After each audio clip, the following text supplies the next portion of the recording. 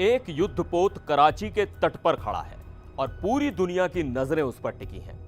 तुर्की का TCG कदा पाकिस्तान पहुंचा है, वो भी तब जब भारत और पाकिस्तान के बीच तनाव चरम पर है।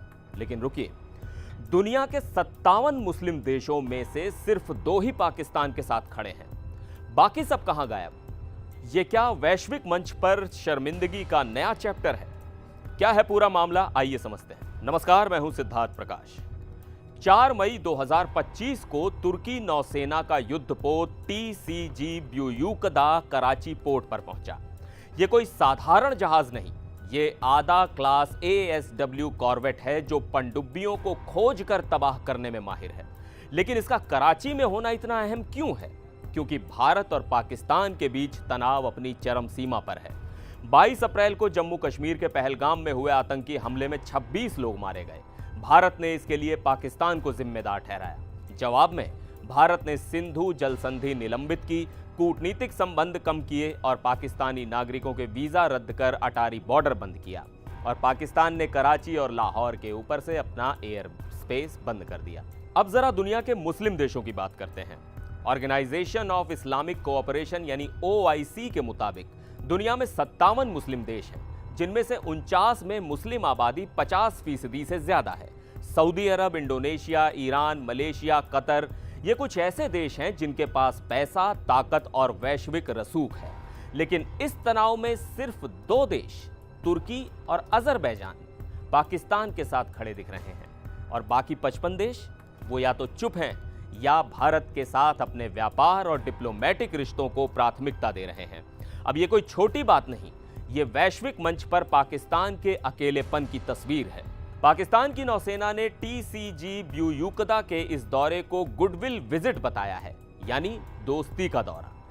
कहने को तो ये जहाज 7 मई तक कराची में रहेगा और दोनों देशों की नौसेनाएं आपस में प्रोफेशनल बातचीत करेंगी। लेकिन फैक्ट्स कुछ और कहते हैं। तुर्की और पाकिस्तान के बीच डिफेंस रिश्ते बेहद गहरे हैं। हाल ही में दोनों देशों ने अतातुर्क 13 नाम का जॉइंट मिलिट्री ड्रिल किया, जिसमें स्पेशल फोर्सेस ने एक दूसरे के साथ ट्रेनिंग की।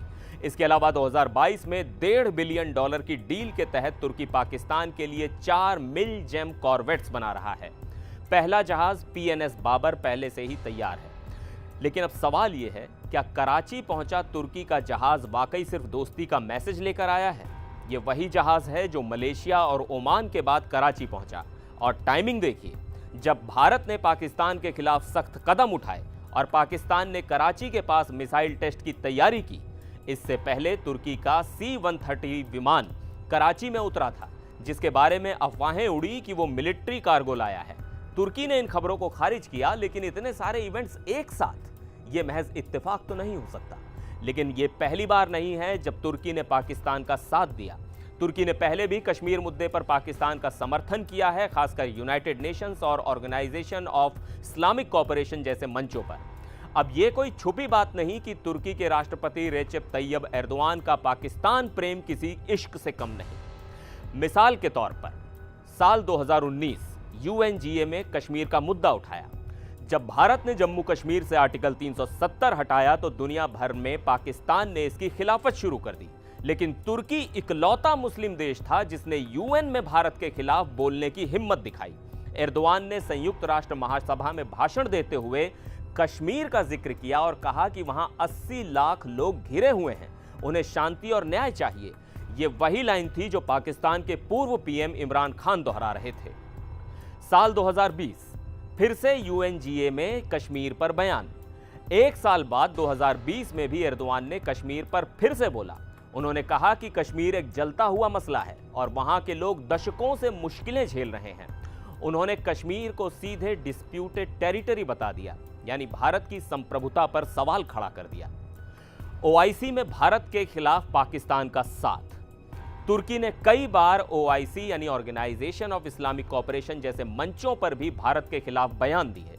तुर्की ने कश्मीर के मुद्दे पर भारत की कड़ी आलोचना की और पाकिस्तान के प्रोपेगेंडा को सपोर्ट किया। अब अजरबैजान की बात। इस देश ने भी पाकिस्तान का समर्थन किया है, खासकर कश्मीर मुद्दे पर। 2020 के नोगोर्नो कराबाख युद्ध में पाकिस्तान ने अजरबैजान का खुलकर साथ दिया था और अब अजरबैजान उस एहसान का बदला चुकाने की कोशिश कर रहा है। दोनों देश मिलिट्री डील्स और जॉइंट एक्सरसाइज में भी करीब आ रहे हैं। लेकिन फैक्ट्स को देखें, अजरबैजान की आबादी 1 करोड़ से भी कम है और उसकी अर्थव्यवस्था ज्यादातर तेल और गैस पर टिकी है। वैश्विक मंच पर उसका कितना रसूख है? बहुत कम। 57 मुस्लिम देशों में से सिर्फ 2 का साथ। एक तुर्की, जिसके पास नाटो की दूसरी सबसे बड़ी सेना है, लेकिन वो भारत जैसे उभरते सुपर पावर से टकराने के बजाय पाकिस्तान के साथ डील्स कर रहा है। और दूसरा अजरबैजान, जो खुद आर्मेनिया से उलझा हुआ है। और बाकी देश सऊदी अरब, यूएई, कतर भारत के साथ अरबों डॉलर का व्यापार कर रहे हैं। ईरान ने तटस्थ रहने की बात कही और बांग्लादेश भारत के साथ बेहतर रिश्ते चाहता है। यह तस्वीर साफ है, पाकिस्तान का साथ देने वालों की लिस्ट छोटी और कमजोर है। अब भारत की बात। भारतीय नौसेना इस पूरे ड्रामे पर पैनी नजर रख रही है। हमारे पास आईएनएस कुठार और आईएनएस खंजर जैसे ताकतवर कॉर्वेट्स हैं, जो टीसीजी ब्यूयुकदा से कहीं ज्यादा रेंज और मारक क्षमता रखते हैं। अरब सागर में INS Vikrant carrier strike group तैनात है, जो पाकिस्तान की नौसेना के लिए किसी बुरे सपने से कम नहीं। भारत ने आतंकवाद के खिलाफ जीरो टॉलरेंस की नीति अपनाई है। पीएम मोदी का बयान साफ है, हर आतंकी को ढूंढकर सजा दी जाएगी। और भारत अकेला नहीं है, अमेरिका, इजराइल, रूस, फ्रांस जैसे देश भारत के साथ हैं और ये लिस्ट तो और भी लंबी है। दूसरी तरफ पाकिस्तान के पास सिर्फ 2 देशों का समर्थन है, जिनका वैश्विक प्रभाव भी सीमित है। ये तुलना अपने आप में सारी कहानी बयां कर देती है। अब सवाल यह है, क्या यह युद्धपोत भारत को डराने की कोशिश है या वैश्विक मंच पर पाकिस्तान के अकेलेपन का सबूत? आप क्या सोचते हैं? कमेंट में अपनी राय जरूर बताएं। वीडियो को लाइक करें, शेयर करें और चैनल को सब्सक्राइब करना ना भूलें। फिर मिलेंगे एक और वीडियो में, तब तक के लिए नमस्कार।